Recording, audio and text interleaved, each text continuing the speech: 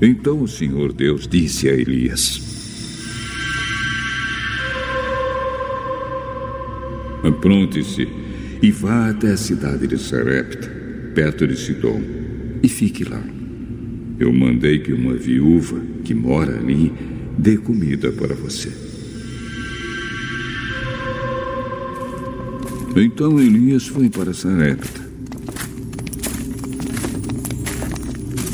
Quando estava chegando ao portão da cidade, ele encontrou a viúva que estava catando lenha. Elias disse a ela: por favor, me dê um pouco de água para eu beber. Quando ela ia indo buscar a água, ele a chamou e disse: e traga pão também, por favor. Juro pelo seu Deus vivo, o Senhor, que não tenho mais pão. Só tenho um punhado de farinha de trigo numa tigela e um pouco de azeite no jarro. Estou aqui catando uns 2 pedaços de pau para cozinhar alguma coisa para mim e para o meu filho. Vamos comer e depois morreremos de fome. Não se preocupe. Vá preparar a sua comida. Mas primeiro, faça um pãozinho com a farinha que você tem e traga-o para mim. Depois, prepare o resto para você e para o seu filho. Pois o Senhor, o Deus de Israel, diz isto: não acabará a farinha da sua tigela, nem faltará azeite no seu jarro, até o dia em que eu, o Senhor, fizer cair chuva. Então a viúva foi e fez como Elias tinha dito. E todos eles tiveram comida para muitos dias. Como o Senhor havia prometido por meio de Elias, não faltou farinha na tigela, nem azeite no jarro. Algum tempo depois, o filho da viúva ficou doente. Ele foi ficando cada vez pior e acabou morrendo. Então ela disse a Elias: homem de Deus, o que o Senhor tem contra mim? Será que o Senhor veio aqui para fazer com que Deus lembrasse dos meus pecados e assim provocar a morte do meu filho? Dê-me o seu filho. Então pegou o menino dos braços da mãe e o levou para o andar de cima, para o quarto onde estava morando, e o colocou na sua cama. Então orou em voz alta assim: ó Senhor, meu Deus, por que fizeste esta coisa tão terrível para esta viúva? Ela me hospedou e agora tu mataste o filho dela. Aí Elias se deitou em cima do menino 3 vezes e orou deste modo: ó Senhor, meu Deus, faze com que esta criança viva de novo. E o Senhor Deus respondeu à oração de Elias. O menino começou a respirar outra vez e tornou a viver. Elias pegou o menino e o levou para baixo, para sua mãe, e disse: veja, o seu filho está vivo.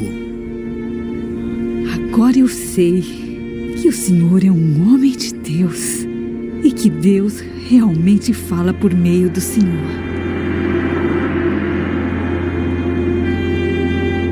Primeiro livro dos Reis, capítulo 18.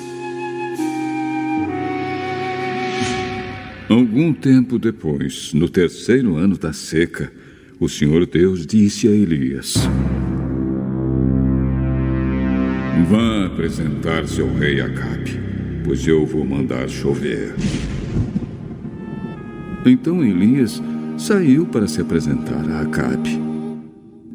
A falta de alimentos era muito grande em Samaria, e por isso Acabe mandou chamar Obadias, o administrador do palácio.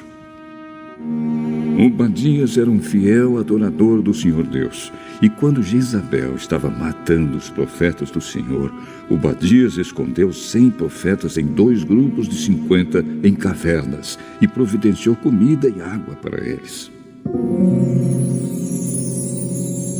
Acabe disse a Obadias: Vamos dar uma olhada em todas as fontes, em todos os leitos dos riachos da nossa terra, a fim de ver se achamos capim suficiente para conservar vivos os cavalos e as mulas. Pois pode ser que a gente não tenha de matar os nossos animais. Eles combinaram que parte da região cada um devia examinar e saíram, cada um para o seu lado. Obadias estava no caminho quando, de repente, se encontrou com Elias. Ele reconheceu Elias e se ajoelhou diante dele, encostou o rosto no chão e perguntou: É o senhor mesmo? É o meu senhor Elias? Sim, eu sou Elias. Vá dizer ao seu patrão, o rei, que eu estou aqui. O que foi que eu fiz para o senhor querer me pôr em perigo de ser morto pelo rei Acabe? Juro pelo seu Deus vivo, o Senhor, que o rei mandou procurá-lo em todos os países da terra. Sempre que um rei mandava dizer que o senhor não estava no país dele, Acabe pedia a esse rei que jurasse que não havia sido possível encontrá-lo. E agora o senhor quer que eu vá lhe dizer que está aqui? Pode ser que logo que eu sair daqui, o Espírito do Senhor o leve para algum lugar desconhecido. Aí, quando eu contar a Acabe que o Senhor está aqui, e ele não puder encontrá-lo, ele me matará. Lembre que desde menino eu tenho sido um fiel adorador de Deus, o Senhor. Por acaso não lhe contaram que, quando Jezabel estava matando os profetas de Deus, eu escondi 100 deles em cavernas, em 2 grupos de 50, e providenciei comida e água para eles? Como então que agora o senhor está me mandando ir dizer ao rei que o senhor está aqui? Ele vai me matar. Pelo Senhor Todo-Poderoso, a quem sirvo, eu prometo que hoje vou me apresentar ao rei.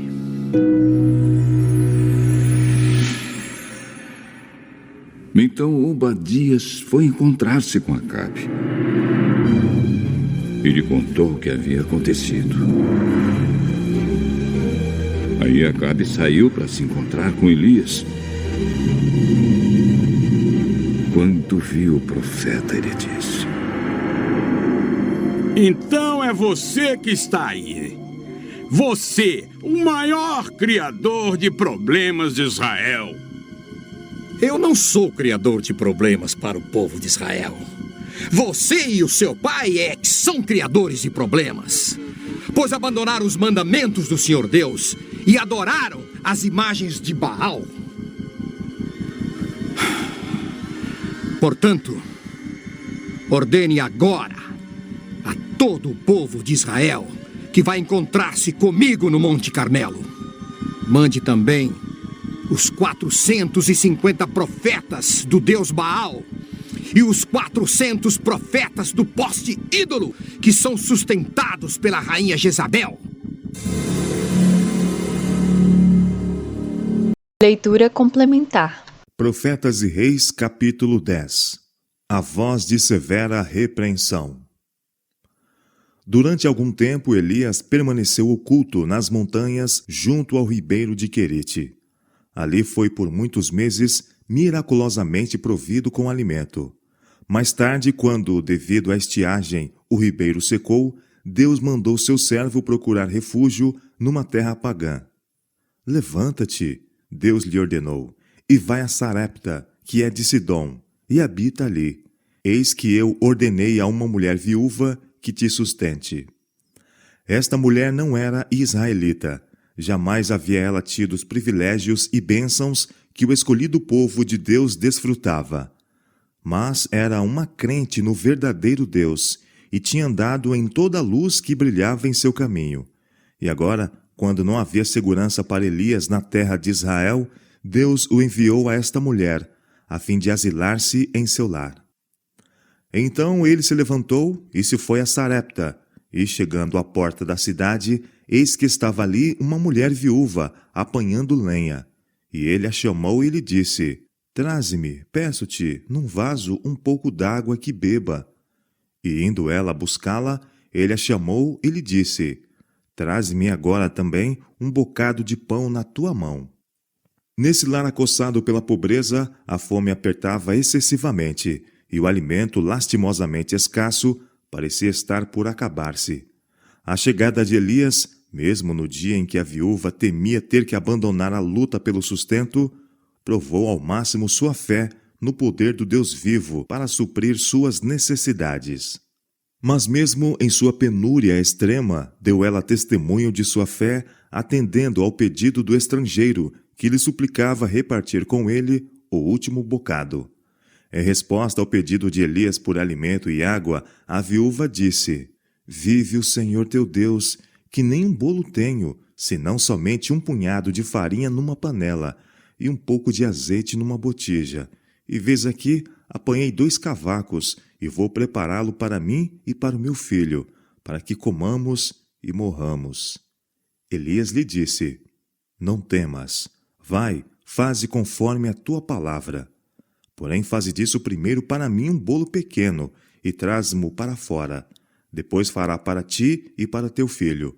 Porque assim diz o Senhor Deus de Israel: a farinha da panela não se acabará, e o azeite da botija não faltará, até ao dia em que o Senhor dê chuva sobre a terra. Nenhuma prova de fé maior que essa poderia ter sido requerida. A viúva tinha até então tratado todos os estrangeiros com bondade e liberalidade. Agora, indiferente aos sofrimentos que poderiam resultar a ela e seu filho, e confiando no Deus de Israel para suprir cada uma de suas necessidades, ela enfrentou esta suprema prova de hospitalidade, fazendo conforme a palavra de Elias. Maravilhosa foi a hospitalidade mostrada ao profeta de Deus por esta mulher fenícia, e maravilhosamente foram sua fé e generosidade recompensadas. E assim comeu ela, e ele, e a sua casa muitos dias. Da panela a farinha se não acabou, e da botija o azeite não faltou, conforme a palavra do Senhor que falara pelo ministério de Elias. E depois destas coisas, sucedeu que adoeceu o filho desta mulher, da dona da casa, e a sua doença se agravou muito, até que nele nenhum fôlego ficou. Então ela disse a Elias: Que tenho eu contigo, homem de Deus? Veste tu a mim para trazeres à memória a minha iniquidade e matares o meu filho? E ele lhe disse: Dá-me o teu filho. E ele o tomou do seu braço e o levou para cima, ao quarto onde ele mesmo habitava, e o deitou em sua cama. Então se mediu sobre o menino 3 vezes, e clamou ao Senhor. E o Senhor ouviu a voz de Elias. E a alma do menino tornou a entrar nele, e reviveu. E Elias tomou o menino, e o trouxe do quarto à casa, e o deu à sua mãe. E disse Elias: Vês aí, teu filho vive. Então a mulher disse a Elias: Nisto conheço agora que tu és homem de Deus, e que a palavra do Senhor na sua boca é verdade. A viúva de Sarepta repartiu seu bocado com Elias, e em retribuição, sua vida e a de seu filho foram preservadas. E a todos os que, em tempo de prova e carência, dão simpatia e assistência a outros mais necessitados, Deus prometeu grande bênção. Ele não mudou. Seu poder não é menor agora do que no tempo de Elias. Nem é a promessa menos verdadeira agora do que quando foi dita pelo Salvador. Quem recebe um profeta em qualidade de profeta, receberá galardão de profeta. São Mateus capítulo 10, verso 41. Não vos esqueçais da hospitalidade, porque por ela alguns, não sabendo, hospedaram anjos. Hebreus capítulo 13, verso 2. Estas palavras não perderam nenhuma força através do tempo decorrido. Nosso Pai Celestial ainda continua a pôr no caminho de seus filhos oportunidades que são bênçãos disfarçadas, e os que aproveitam essas oportunidades encontram grande gozo. E se abrires a tua alma ao faminto e fartares a alma aflita, então a tua luz nascerá nas trevas, e a tua escuridão será como o meio-dia. E o Senhor te guiará continuamente, e fartará tua alma em lugares secos, e fortificará os teus ossos, e serás como um jardim regado, e como um manancial cujas águas nunca faltam. Isaías capítulo 58, versos 10 e 11. A seus fiéis servos hoje Cristo diz: quem vos recebe, a mim me recebe, e quem me recebe a mim, recebe aquele que me enviou. Nenhum ato de bondade manifestado em seu nome deixará de ser reconhecido e recompensado. E no mesmo terno reconhecimento, Cristo inclui o mais fraco e o mais humilde da família de Deus. E qualquer que tiver dado, só que seja um copo d'água fria, diz ele, a um destes pequenos, os que são como crianças em sua fé e seu conhecimento de Cristo, em nome de discípulo, em verdade vos digo que de modo algum perderá o seu galardão. São Mateus capítulo 10, versos 40 e 42. Através dos longos anos de estiagem e fome, Elias orou fervorosamente para que o coração dos israelitas volvesse da idolatria para a fidelidade a Deus. Com paciência, o profeta esperou, enquanto a mão do Senhor caía pesadamente sobre a terra flagelada. Ao ver as provas de sofrimento e privação multiplicarem-se por toda a parte, seu coração se confrangeu da tristeza e almejou possuir o necessário poder para efetuar uma rápida reforma. Deus mesmo, porém, estava a realizar seu plano, e tudo o que seu servo podia fazer era continuar orando, com fé, e aguardar a ocasião oportuna para agir decididamente. A apostasia predominante nos dias de Acabe era o resultado de muitos anos da prática do mal. Passo a passo, ano após ano, Israel estivera se afastando do caminho reto. Geração após geração havia recusado fazer veredas diretas para seus pés, e afinal, a grande maioria do povo tinha se rendido à direção dos poderes das trevas. Cerca de um século tinha se passado desde que, sob o governo do rei Davi, Israel prazerosamente se unira em cânticos de louvor ao Altíssimo, como reconhecimento de sua inteira dependência dele para mercês diárias. Atentai para suas palavras de adoração quando cantaram. Ó Deus da nossa salvação, tu fazes alegres as saídas da manhã e da tarde.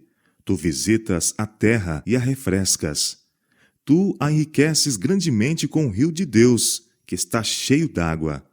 Tu lhe dás o trigo, quando assim a tens preparada. Enches d'água os seus sulcos, regulando a sua altura. Amolece-a com a muita chuva. Abençoas as suas novidades. Coroas o ano da tua bondade, e as tuas veredas destilam gordura. Destilam sobre os pastos do deserto, e os outeiros cingem-se de alegria. Os campos cobrem-se de rebanhos, e os vales vestem-se de trigo. Por isso, eles se regozijam e cantam. Salmo 65, versos 5 e versos do 8 a 13. Israel havia então reconhecido a Deus como aquele que lançou os fundamentos da terra. Como expressão de sua fé, eles cantaram: Tu a cobres com abismo, como um vestido. As águas estavam sobre os montes. A tua repreensão fugiram. A voz do teu trovão se apressaram. Sobem os montes, descem aos vales, até ao lugar que para elas fundaste. Limites lhes traçastes, que não ultrapassarão, para que não tornem mais a cobrir a terra. Salmo 104, versos 5 a 9. É pela potente força do ente infinito que os elementos da natureza na terra e no mar e no céu são mantidos em seus limites. E esses limites ele usa para a felicidade de suas criaturas. Seu bom tesouro é livremente despendido para dar chuva no seu tempo e para abençoar toda a obra das tuas mãos. Deuteronômio capítulo 28, verso 12.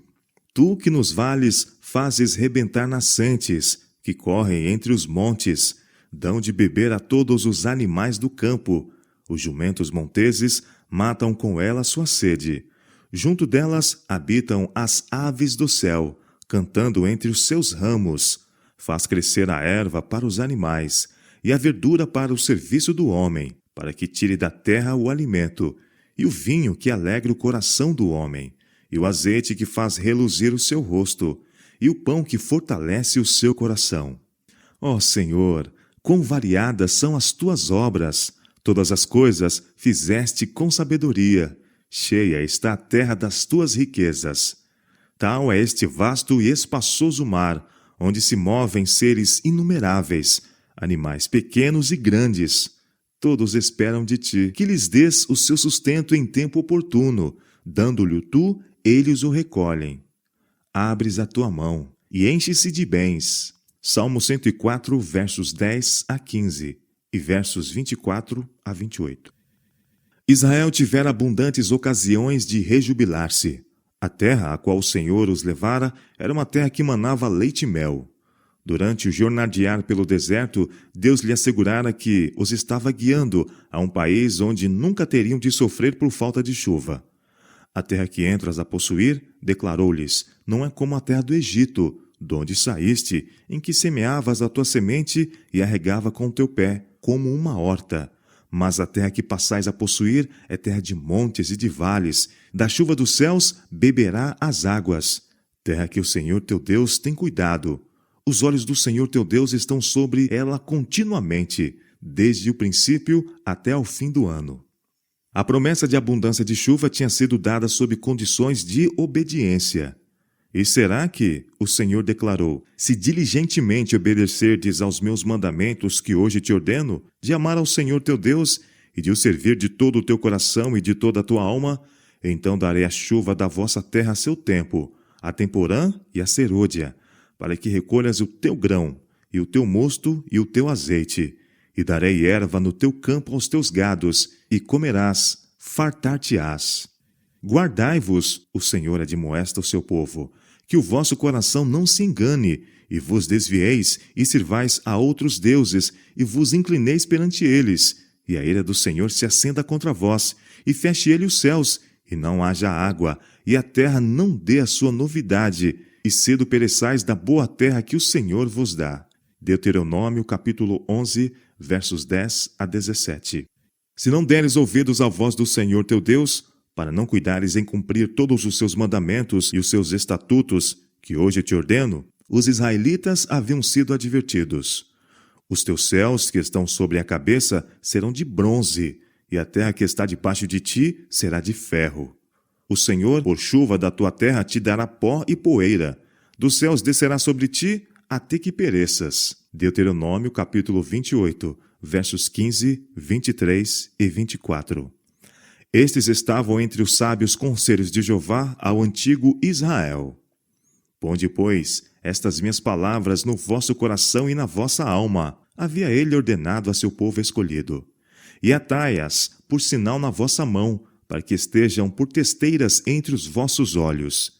E ensinai-as a vossos filhos, falando delas assentado em tua casa, e andando pelo caminho, e deitando-te, e levantando-te. Deuteronômio capítulo 11, versos 18 e 19. Claras foram estas ordens, mas com o passar dos séculos, e gerações após gerações, perderam de vista as provisões feitas para seu bem-estar espiritual. As ruinosas influências da apostasia ameaçaram subverter toda a barreira da divina graça. Assim, aconteceu que Deus estava agora visitando o seu povo com os mais severos de seus juízos. A predição de Elias estava tendo terrível cumprimento. Por 3 anos, o mensageiro do castigo tinha sido procurado em cidade após cidade e nação após nação. Por intimação de Acabe, muitos reis tinham feito juramento de honra de que o estranho profeta não se encontrava em seus domínios. Contudo, a busca continuava, pois Jezabel e os profetas de Baal odiavam Elias com ódio mortal e não poupavam esforços para trazê-lo ao alcance de seu poder. E ainda não havia chovido. Afinal, depois de muitos dias, a palavra do Senhor veio a Elias no 3º ano, dizendo: Vai, mostra-te a Acabe, porque darei chuva sobre esta terra. Em obediência à ordem, foi Elias mostrar-se a Acabe. Aproximadamente ao tempo em que o profeta pôs-se de viagem para Samaria, Acabe havia proposto a Obadias, mordomo de sua casa, que fizessem rigorosa procura de fontes e ribeiros de águas, na esperança de encontrar pastagem para seu gado e rebanhos famintos. Até mesmo na corte real, os efeitos da demorada estiagem foram agudamente sentidos. O rei, profundamente preocupado quanto ao futuro de sua casa, decidiu unir pessoalmente seus esforços aos de seu servo na busca de alguns pontos favoráveis onde pudessem haver pastagem. E repartiram entre si a terra, para passarem por ela. Acabe foi à parte por um caminho, e Obadias também foi à parte por outro caminho. Estando, pois, Obadias já em caminho, eis que Elias o encontrou, e conhecendo-o ele, prostrou-se sobre o seu rosto, e disse: És tu o meu senhor Elias? Durante a apostasia de Israel, Obadias tinha permanecido fiel. Seu senhor, o rei, fora incapaz de desviá-lo de sua fidelidade ao Deus vivo. Agora era honrado com uma comissão da parte de Elias, que lhe disse: Vai e dize a teu senhor: Eis que aqui está Elias. Grandemente aterrado, Obadias exclamou: Em que pequei? Para que me entregues teu servo na mão de Acabe, para que me mate? Levar a Acabe uma mensagem como esta era o mesmo que cortejar morte certa. Vive o Senhor teu Deus, explicou ele ao profeta, que não houve nação nem reino aonde o meu Senhor não mandasse em busca de ti. E dizendo eles: Aqui não está. Então ajuramentava os reinos e as nações, se eles te não tinham achado. E agora dizes tu: Vai, dize ao teu Senhor: Eis que aqui está Elias. E poderia ser que, apartando-me eu de ti, o Espírito do Senhor te tomasse, não sei para onde, e vindo eu dar as novas a Acabe, e não te achando ele, me mataria. Ardorosamente suplicou Obadias ao profeta que o não enviasse. Eu, teu servo, instou: Temo ao Senhor desde a minha mocidade. Porventura não disseram a meu senhor o que fiz? Quando Jezabel matava os profetas do Senhor, como escondia 100 homens dos profetas do Senhor, de 50 em 50, numas covas, e o sustentei com pão e água? E agora dizes tu: Vai, dize ao teu senhor: Eis que aqui está Elias, e me mataria. Com o solene juramento, Elias prometeu a Obadias que a mensagem não seria em vão. Vive o Senhor dos exércitos, perante cuja face estou, declarou ele, que deveras hoje me mostrarei a ele. Assim tranquilizado foi Obadias encontrar-se com Acabe, e lhe anunciou. No misto de espanto e terror, o rei ouviu a mensagem do homem a quem temia e odiava, e a quem tão incansavelmente havia procurado. Bem sabia ele que Elias não arriscaria a vida meramente pelo prazer de encontrá-lo. Seria possível que o profeta estivesse em vias de pronunciar outro ai sobre Israel? O coração do rei estava carregado de temor. Ele se lembrava do braço de Jeroboão que havia secado. Acabe não fugiria de obedecer à intimação, nem ousaria levantar a mão contra o mensageiro de Deus. E assim, acompanhado por um corpo de guardas, o tremente monarca saiu a encontrar-se com o profeta. O rei e o profeta postam-se face a face. Embora Acabe esteja cheio de apaixonado ódio, contudo, na presença de Elias, parece acovardado, impotente. Em suas primeiras vacilantes palavras: És tu o perturbador de Israel? Ele inconscientemente revela os íntimos sentimentos de seu coração. Acabe sabia que fora pela palavra de Deus que os céus se tinham tornado como bronze, embora procurasse lançar sobre o profeta a culpa pelos pesados juízos que caíam sobre a terra. É natural que o obrador do mal torne o mensageiro de Deus responsável pelas calamidades que vêm como seguro resultado do afastamento do caminho da justiça. Os que se colocam sob o poder de Satanás são incapazes de ver as coisas como Deus as vê. Quando o espelho da verdade é posto perante eles, ficam indignados ao pensamento de receber reprovação. Cegados pelo pecado, recusam-se a arrepender-se. Sentem que os servos de Deus se voltaram contra eles e são dignos da mais severa censura. Permanecendo em conscienciosa inocência perante Acabe, Elias não procura excusar-se ou lisonjear o rei, nem busca fugir à ira do rei mediante as boas novas de que a seca está para findar. Ele não tem desculpas a pedir. Com indignação e zelo pela honra de Deus, devolve a imputação de Acabe, declarando audazmente ao rei que são os pecados dele, rei, e de seu país, que trouxeram sobre Israel esta terrível calamidade. Eu não tenho perturbado a Israel, sustentou ousadamente, mas tu e a casa de teu pai, porque deixaste os mandamentos do Senhor e seguistes a Balaim. Há necessidade hoje da voz de severa repreensão, pois graves pecados têm separado de Deus o povo. A infidelidade está depressa tornando-se moda. Não queremos que este reine sobre nós. É a linguagem de milhares. Os sermões macios, tão frequentemente pregados, não deixam impressão duradoura. A trombeta não dá um sonido certo. Os homens não são atingidos no coração pelas claras, cortantes verdades da palavra de Deus. Há muitos professos cristãos que, se expressassem seus reais sentimentos, diriam: que necessidade há de falar tão claramente? Seria o mesmo que perguntar: que necessidade havia de João Batista dizer aos fariseus: raça de víboras, quem vos ensinou a fugir da ira que está para vir? São Lucas capítulo 3, verso 7. Que necessidade tinha ele de provocar a ira de Herodias, dizendo a Herodes que não era lícito possuir a mulher de teu irmão? O precursor de Cristo perdeu a vida por falar claramente.